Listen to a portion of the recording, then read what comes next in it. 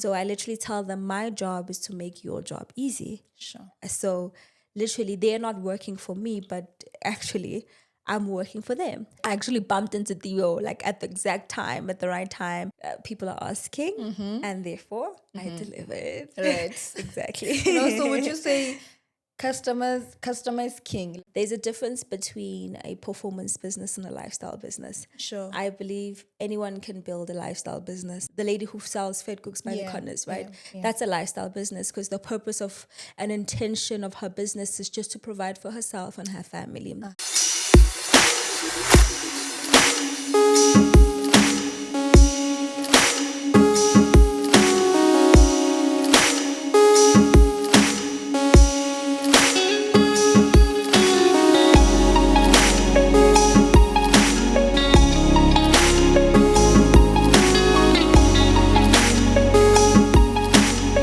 Hey, fellow Africans, welcome to another episode of Creating a Better Africa, a platform for inspiring and phenomenal chats. Joining me today is the most talented, the most stylish entrepreneur behind Tol'thema. Ladies and gentlemen, Tamia Nontsikelelo. How are you? I'm good. Thank you so much for having me. I appreciate it. And thank you so much for your time. Thank you for having me. I thought it was going to take me a year to get you here. Please share your upbringing with us.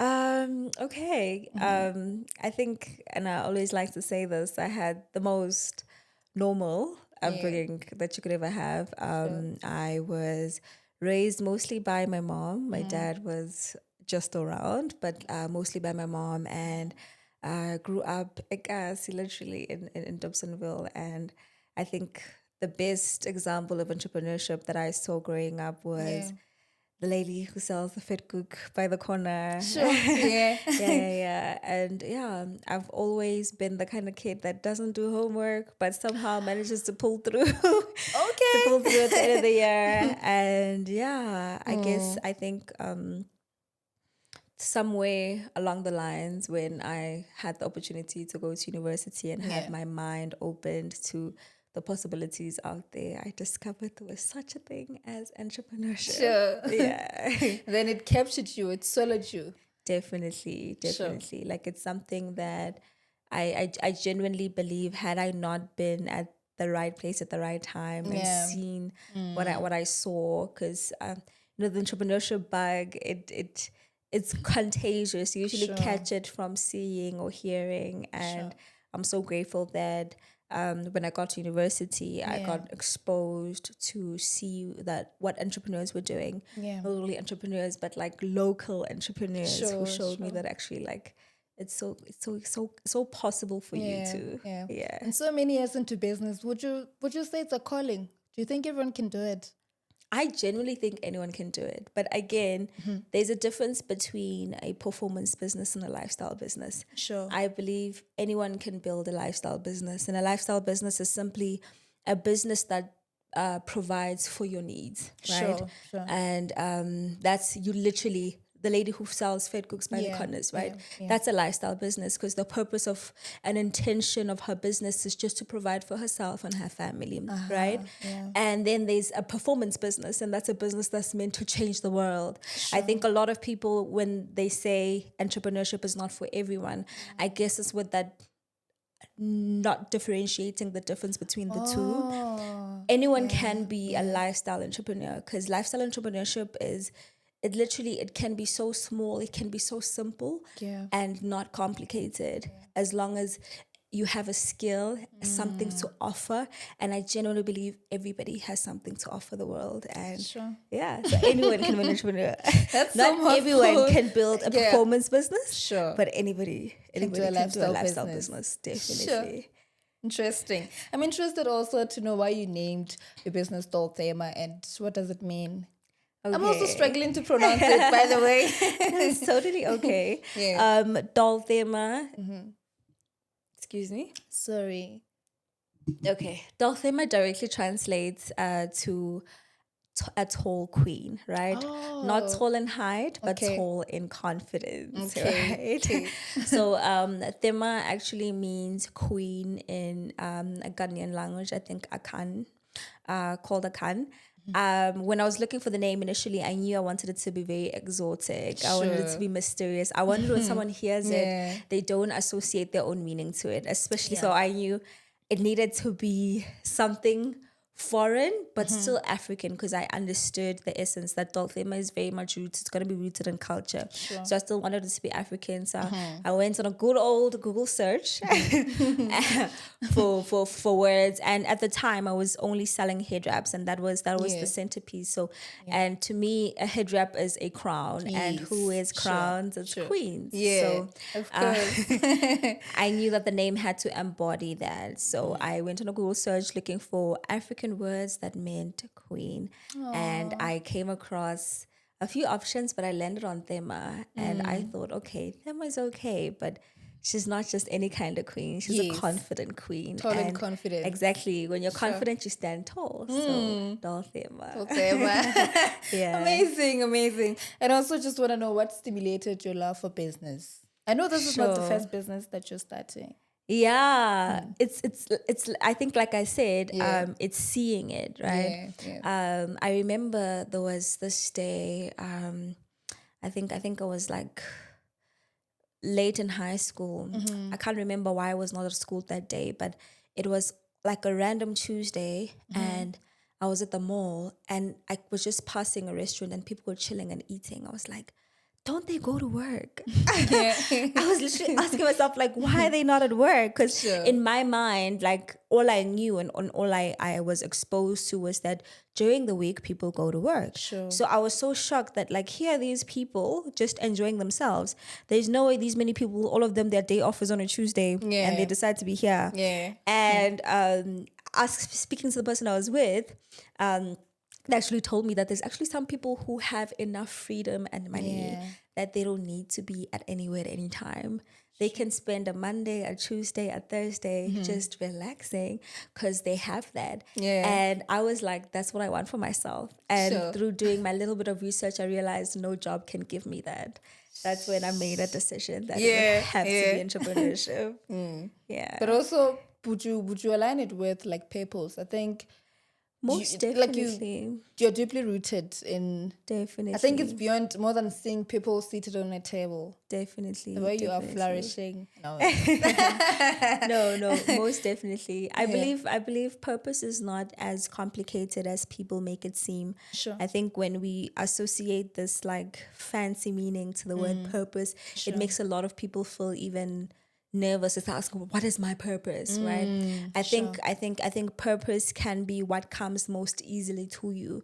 Purpose can be that thing that you look down on, that everyone says you're good at, but you see as nothing, you see as invaluable. It's literally just you doing your best in your situation where you are.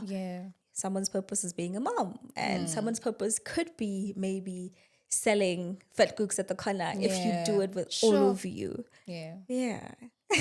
Wow. And I'm hoping wherever that you're listening to me from, you're definitely having your notepad and a pen, because she's definitely splitting a lot of things that you can literally carry with yourself and learn or do life with them, And I also just want to find out what inspired your flexibility of moving from doing head wraps to dresses. People, I listened to what the queens were asking for. I believe in business is so important to sort of let the customer lead in a way. And at the time we were doing head wraps and everyone was in love, but the question that kept coming up was that, like, I need something to wear the head wrap also with. To match. Exactly. I want something to match with it. So I was like, okay, people are asking, and therefore I delivered. Right. Exactly. And also, would you say customer is king? Like, what would you say that? Definitely. Definitely. Of course, you need to apply a lot of wisdom to it as well, but customer is definitely king. Like, don't jump ahead and create something and then look for a customer. No, first you find the customer. And in my case, I had the customer, the people who were buying my head wrap, and listen to what the customer wants, what they say they want.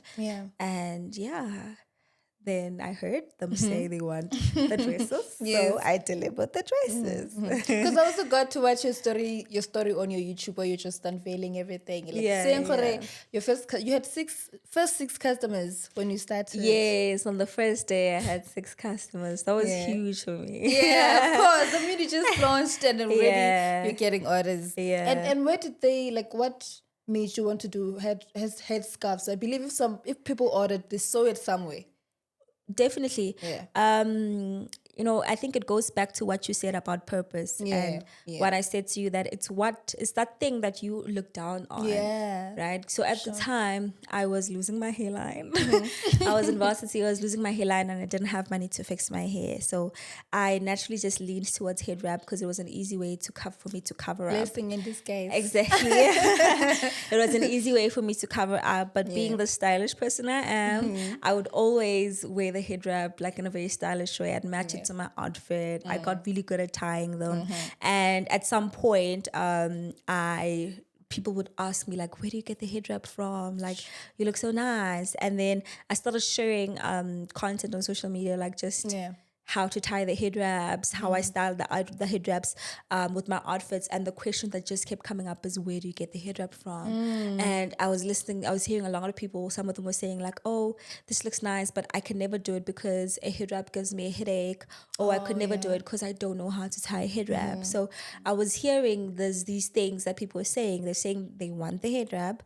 They're saying that they want a head wrap that doesn't give them a headache. And they're saying they want a head wrap, but one they don't have to tie. So literally with the entrepreneurship mindset, that's like literally a gap in the market that I recognized. And I was like, okay, actually, I've already decided that I was going to be an entrepreneur and this is a good opportunity. And so I thought, let me do what comes most easily to me. And at the time, it was doing it with ease. It's hectic, I know, but the love keeps you rooted. Definitely.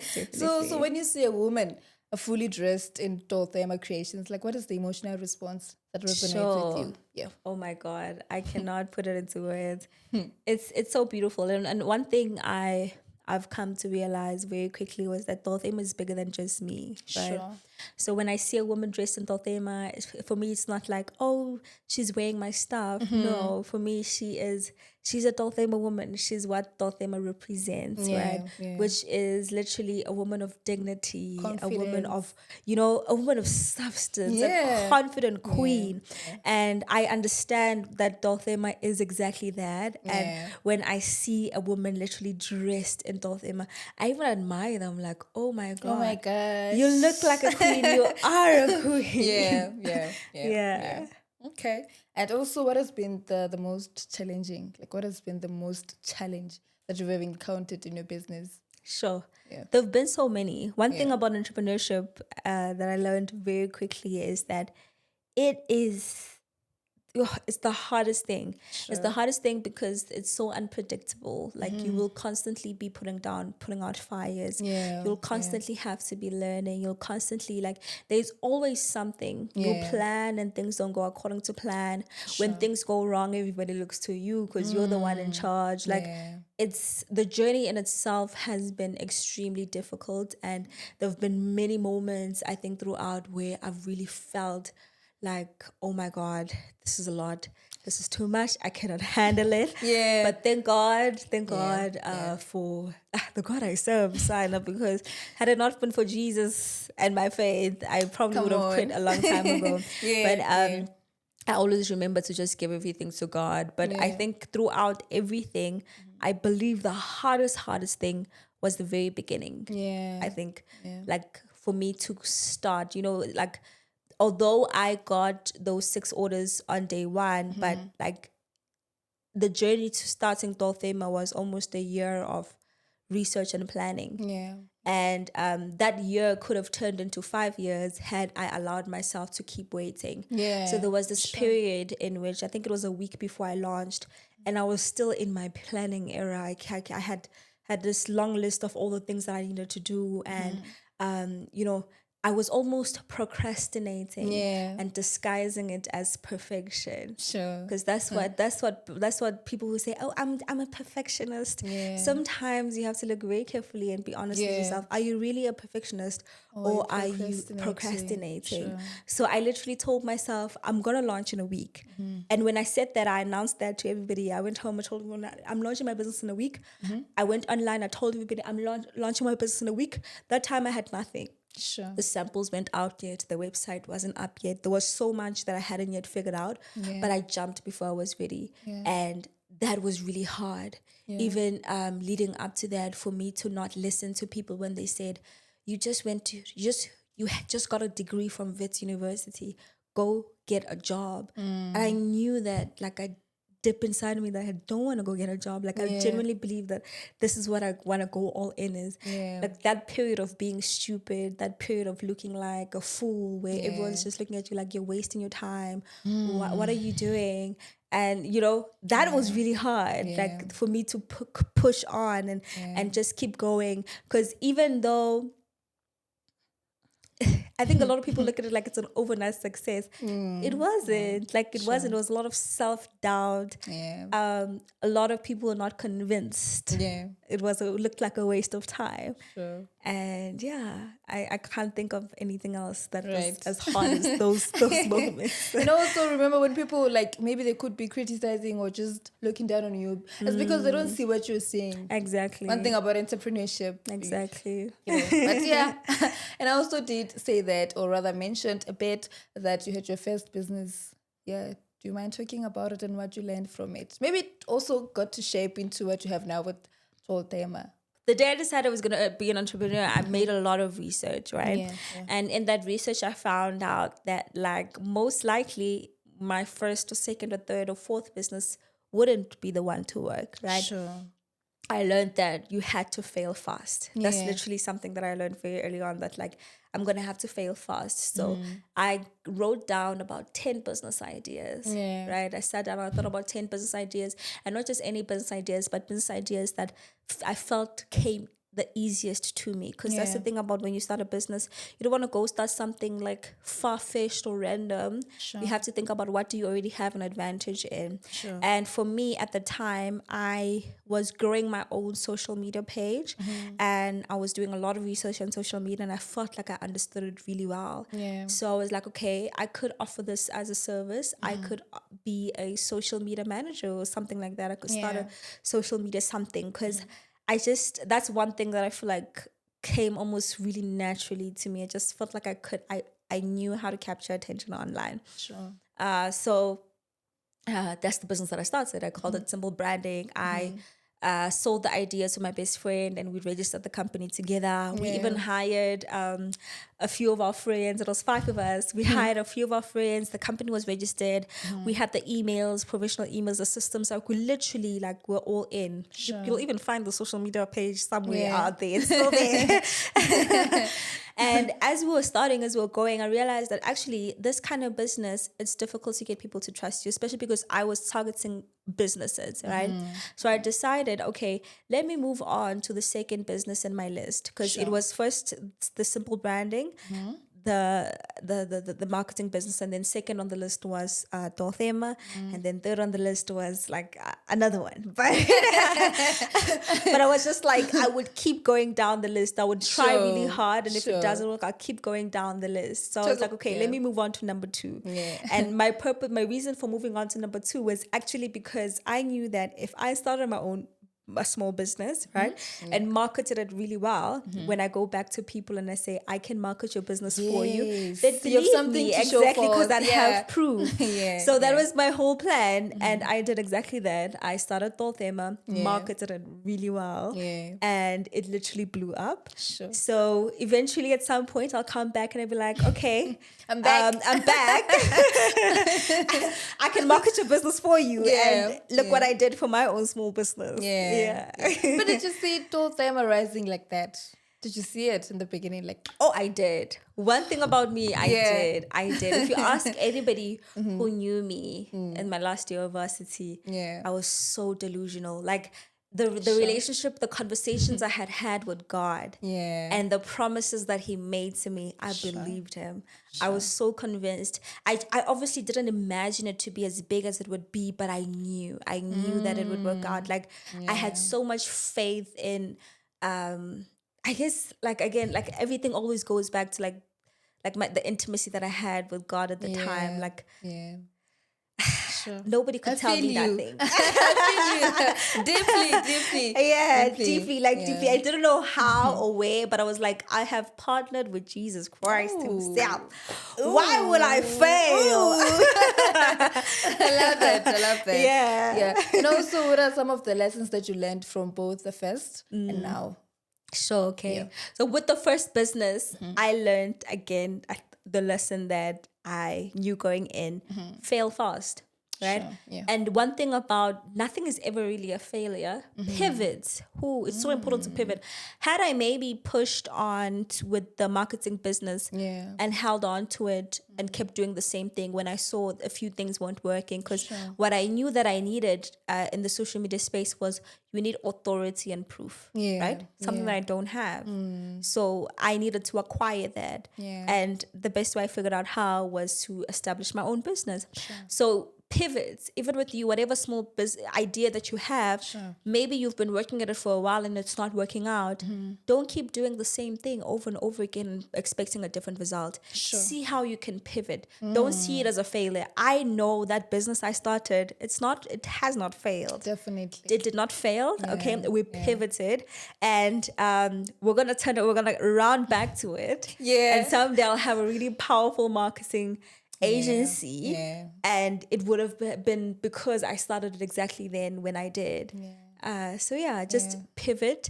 And with Tol'thema, like, oh guys, partner with a force greater than you.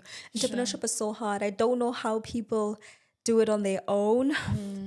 But entrepreneurship is not easy. It's really not easy. It's a journey that really forces you to face yourself. It's a journey that really, like, it weighs heavy, especially when the growth and the success comes, because now it's not just your life at stake. I think I have like 22 employees now. All of their families like are reliant on the business doing well. That's a heavy burden to carry, and I'm grateful that I don't carry it myself. I know that I'm backed by God.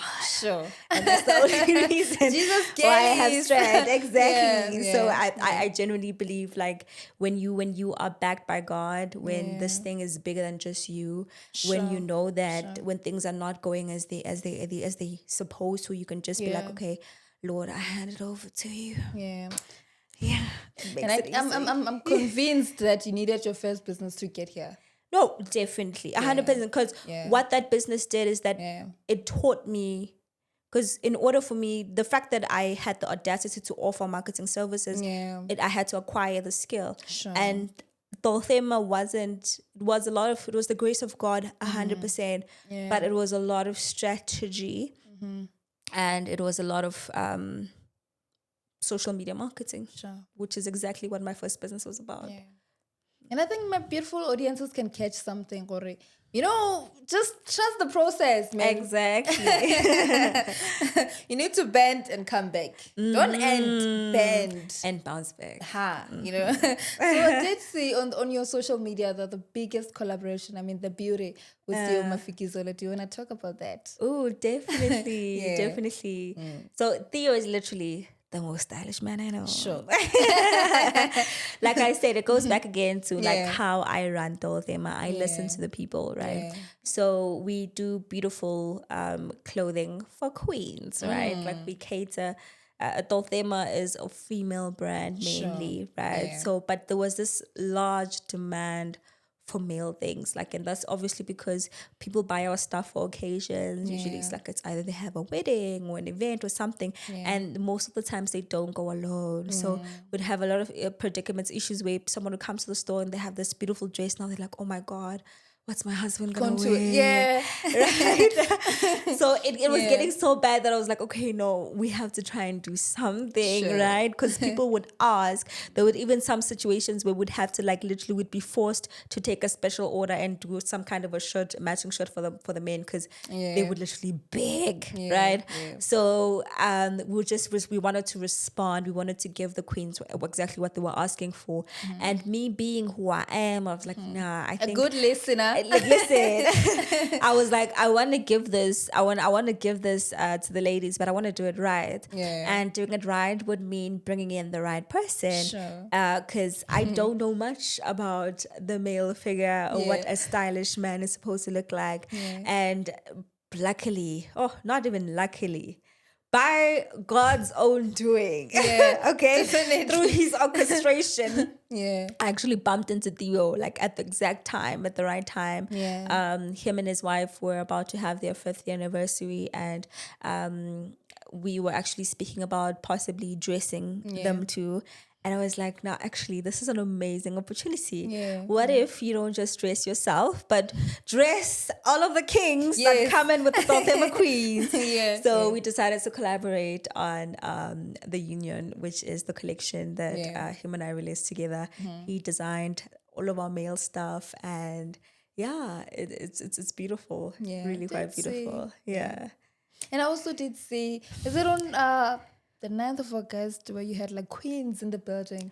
Oh yes, about for Women's Day. Yeah. Definitely. One thing, everything you're man. mentioning, it's campaigns. I run a campaign-led enterprise, and what that Yeah. means is that like we are constantly looking to remind people that the clothing are not just clothes, they have purpose, they have meanings. And when we run a campaign similar to the ones that we did on Women's Day, and the whole topic on that was a virtuous woman, and even just the shooting, the process of shooting and being in that room, and the conversations that were heard, and the wisdom that was dispersed, you guys. The few glimpses of content that went out did not do justice. But essentially, Tol'thema is more than just clothes. Even the Union, the campaign we had with Theo and the Union, it was bigger than just clothes. It was speaking to a union love. Theo and his wife were celebrating 5 years of unionship. And we want every couple that comes in and wears Tol'thema to be in a union. Yeah, I felt the heat on that one. I felt the heat from the net. Just watching him like, this girl is a powerhouse. You're such a powerhouse. I appreciate that. Thank you. Man. Thank you. Now I just want to find out how you create a space, create a supportive space for your for your employees. Like, yeah. I think firstly, I understand that my employees are not employees; they're my team. Right? There is no way I could have gotten to where I am by myself. Yeah. And I understand very well that this is not my business, but we're doing everything together. Everything that I do affects them. And not only that, but like without their contribution, without their determination and their everything, Tol'thema wouldn't be where it is. So they're my teammates. We're playing for the same team, and I'm very intentional about ensuring that like they understand that, and that that's even how I treat them, and the policies that we have. I'm also very intentional about like creating a very professional environment that allows us to function almost like a corporate. It makes things easy when these proper contracts. It makes it easy when we are, compliant with labor laws. It makes it easy when everyone is happy, and there's like some kind of HR structure that's available in case someone's not happy with something. And I respect and love and value the people that work with me. And they say that teamwork makes the dream work. Exactly. Right? Exactly. And also, what does being a responsible leader mean to you, and how do you embody that in your business? Sure. Yeah. I think being a responsible leader is being a person that serves. Sure. I understand that my role as a leader to the people who are under me is for me to be able to give them whatever they need in order to function in their roles, right? So I literally tell them my job is to make your job easy. Sure. So literally they're not working for me, but actually I'm working for them. I am there to know that, okay, you're not able to do your job at reception because, let's say, the Wi-Fi is not working, or maybe the hours you have are too many. And that's my role to kind of be like, oh, okay, listen, you're having an issue here. You're not able to function in the role that I gave you because you're encountering certain things. And like me being a leader is me removing all of those obstacles. But not only that, but also understanding that it is my responsibility to also give you a vision bigger than yourself. And so I understand that my role is to give you even direction and order and structure. So yeah, I think it's service, understanding that I serve. Like that's what makes me a good leader. Interesting. For those who just got in here, I'm still with Tamia Nontsikelelo, the beauty and the most stylish founder of Tol'thema. I did say to her, I'm struggling to mention or to rather to pronounce the name, but you guys And you're get saying it perfectly. Yeah. Okay, and also continuing, I just want to find out, Jorge, but what advice would you give to someone that is in the business or rather aspiring to be in business? It could be what you're doing or literally something different, but in business. I would say start before you're ready. Oh, okay. Start before you're ready. And if you have already started, like improve, grow. Don't stay stagnant. Don't relax. Oof. One thing about me, I'm not relaxed. Tol'thema wouldn't have gotten to where it is if I wasn't so relentless about like being quick to implement change and being quick to fix things when they go wrong and not being afraid of like tackling something that I don't know how to do, but I have to figure out for the sake of the business. So start before you're ready. There's no such thing as a good time. You'll never have enough resources. You'll never have enough money. Just go for it. And as you're at it, make small improvements all the time. Whatever small business that you have, there's so much that you can do to improve. There's so much I can do to improve. And that's how I approach my business every day. I'm looking at for like, what can I do better? How can I move forward? How can we grow in this aspect and all of that? And it remind me a quote that says, the start is what stops most people. Yeah, the start is what is stopping most people. Exactly. And also you did emphasize the importance of checking if whether you are truly a perfectionist or you're just procrastinating. Exactly. Very, very important quotes or rather advices that I think beautiful audiences from our YouTube can just catch on, you know. Definitely. Yeah. I agree with that. Yeah. Where can people find you for services? Everywhere. Tol'thema is everywhere. We are on Instagram, Facebook, YouTube. You can find us literally if you search us Tol'thema, that is Tolthema. You can shop all of our products at tolthema.com. That's Tolthema.com. So, for someone that might be watching, maybe they need something different. Are you flexible to, as long as it's a queen, are you flexible to adjust into whatever kind of attire that they'd want? Except for the collection that maybe they could have seen on your net, but maybe they have an idea of what they want. I think it's different. We are more like, we operate more as a boutique rather than we don't customize designs, right? Like we design collections that have essence and meaning and a story, and people come in for those designs. What we would normally do with the traditional is that, like, if you have like a particular print you want to incorporate to one of our designs, we make it very flexible because of that. But besides that, we offer specific pieces for a specific reason. Totally get it. I'm trying to ensure that I'm literally milking you out, and I hope I did. No, you did. Because now we're gonna be ending, and I just want to ask you, in conclusion, what words do you have for fellow Africans? Sure. Yeah. I heard something the other day, and I genuinely believe it, and that's that Africa is literally where it's at right now. Sure.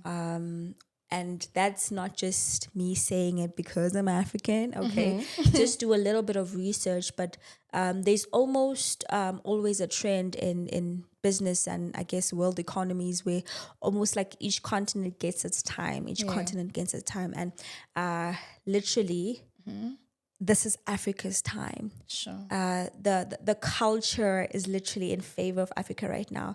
Everything African is trending. It's loved. It's everywhere. That's why you see people wanting to find where they are from, where their ancestors are from. All the Black American people are now coming back like, oh, I'm actually Nigerian. You know, Africa is where it's at, and it's the same thing even with value. So it's pop culture is coming into Africa. Business opportunities are coming to Africa. People are realizing that there's so much untapped value, and there couldn't be a better time to be African.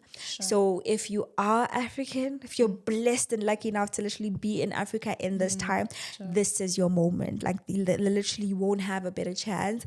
Like go all in, like establish that business. And if you are outside of Africa and you're looking into Africa, come back home, son. Literally. It's about to start happening here. So yeah, they just like your time is now. Start before you're ready. Do something before you miss the wave, and you'll hear we'll say like, oh, I should have. Yeah, thank you so much. Thank you so much for having me. Thank you for your time. I appreciate it. Oh, this is for you, by the way. It's for you to shine. Thank you so much. You're welcome. I appreciate it. That You're is welcome. so I'm so grateful. I can't wait to open see what I'm on. Thank you, Queen. I did say you look stunning, right? I did compliment you. You did. Thank you so much. So do you. So. Maybe I need to get a pair, and I have a plan. So I think I'm going to be getting a pair. Right. There's an event that is coming. I think Rocky Tol'thema will do me justice. Listen. Thank you so much once again. Thank you so much for having me. And that's it from me and my beautiful, beautiful, stunning guest. And I thank you so much for watching. I'm hoping that you'll be sharing the link with friends and family to invite them to tune in and not miss out on this beautiful, beautiful, phenomenal and inspiring chat. Until the next episode. Mwah.